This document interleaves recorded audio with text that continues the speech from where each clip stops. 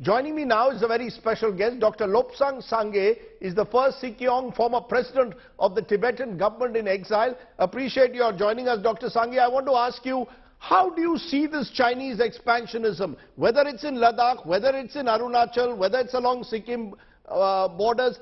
Do you believe that the Chinese are determinedly working to some kind of a plan? And more importantly, can they ever be trusted?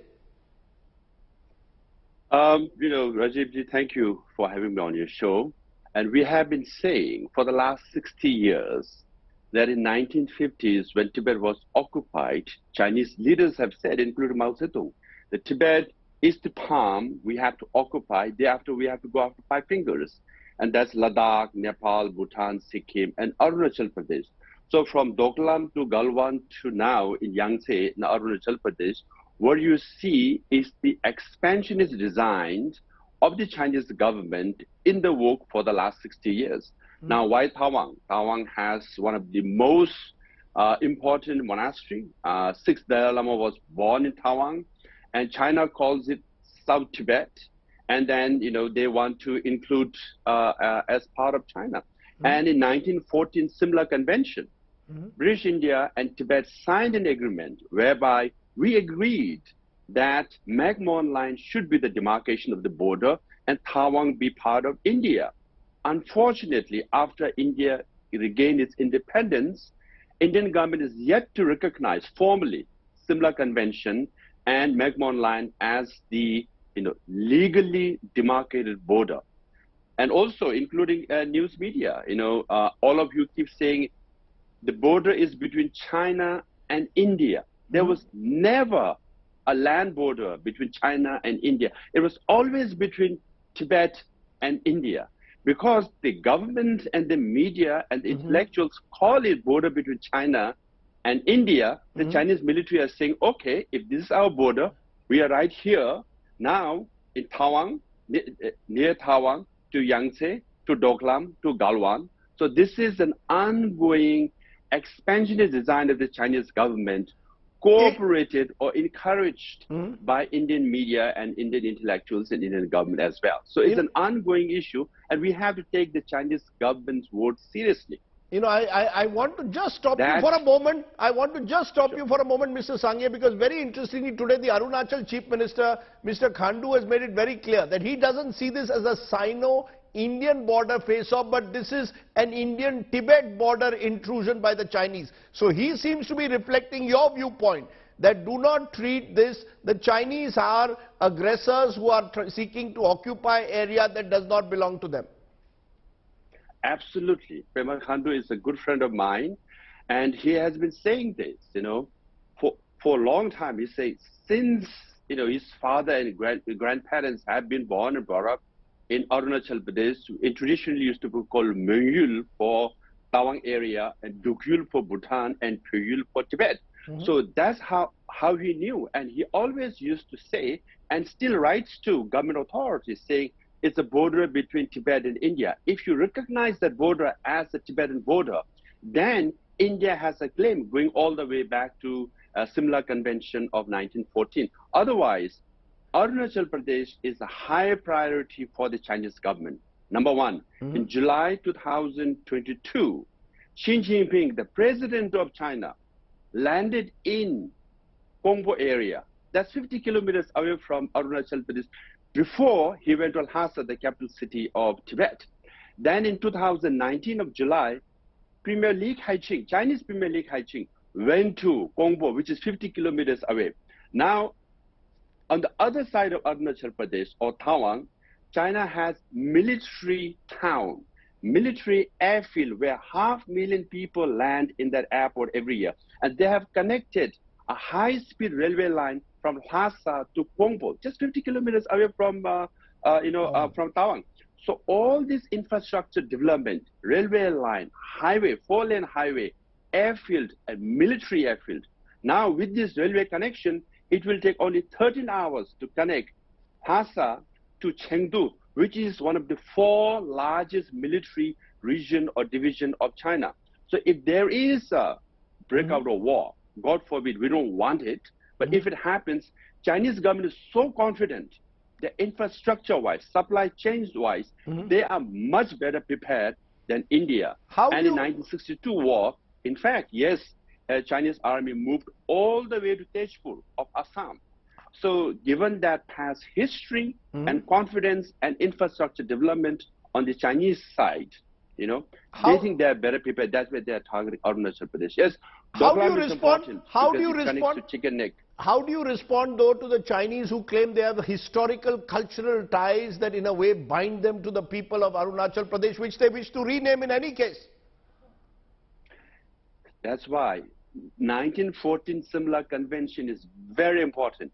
British India and Prime Minister of Tibet at that time, Lunje Shatra, came to Simla and negotiated and demarcated the border, McMahon Line, which includes Tawang as part of India. Now, Indian government has to recognize that as a legitimate agreement between Tibet and British India, and hence Tawang becomes part of India. Till you formally recognize that, Chinese will keep saying, you know, Tawang is part of Tibet, it's South Tibet. So, in fact, Tibet is an occupied territory. They refuse to acknowledge that. Now they're saying Tawang is also part of South Tibet.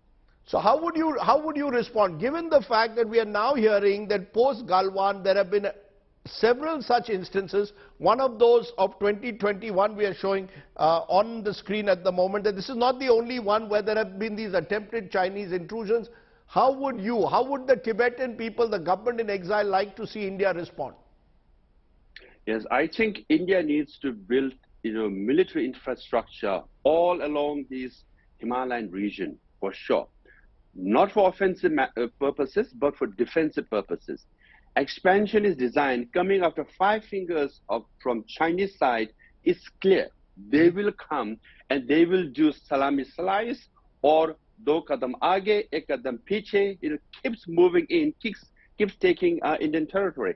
So infrastructure needs to be built up from Arunachal Pradesh all the way to Ladakh, and most importantly in Arunachal Pradesh, because that's where Chinese government feels very, very,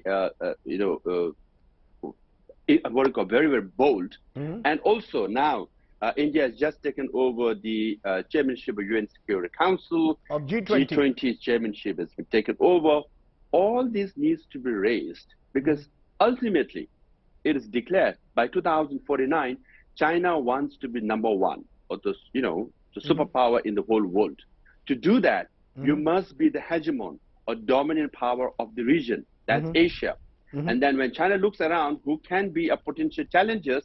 It's India, maybe Japan, and maybe Indonesia. Other than that, you know, they don't have many challengers in Asia as such. To assert their dominance first in the region of Asia, they must flex their muscle, you know, and they're doing it with India, including in Doklam and, you know, Galwan, and now in Arunachal Pradesh. One final question, Mr. Sangye. Do you believe that these attempted ingressions in Arunachal Pradesh are primarily at the moment targeted in capturing space in and around Arunachal Pradesh, or is it aimed at trying to get India to the negotiating table, concede more possibly of Chinese demands in Ladakh and other areas? What do you believe is the ultimate Chinese objective here? No, I think they have been shifting, right? They say, well, if you concede Aksai Chin, we might consider the Eastern Division or the Arunachal Pradesh. That was in 50s when Chow En-lai said that.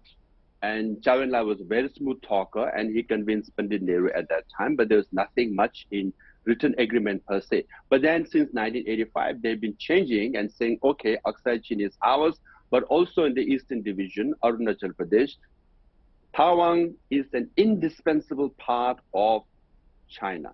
That is their condition, right?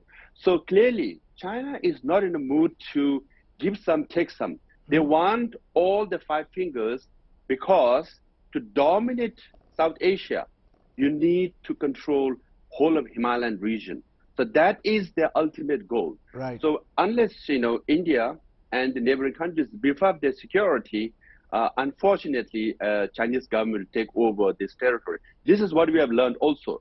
Tibet, you asked whether China can be trusted. Right. For initially, from 1949 onwards, we thought China is coming to help us. They did say, we will build road, help you bring development and progress in Tibet. We help built that road, then one road brought more tanks, trucks, guns, and occupied our country. And that one road has now become 100 roads, all leading to our mineral resources, uranium, you just name it, copper, gold. And the Gongbo has, Zomda area has the largest copper mining in China. Lithium, 70% of lithium of China comes from Tibet, right? So lithium is so important for any gadgets, for any battery that we talk about, and it comes from Tibet. And also, Arunachal Pradesh and Northeast and Bangladesh are dependent on Brahmaputra River. Again, it flows from Tibet.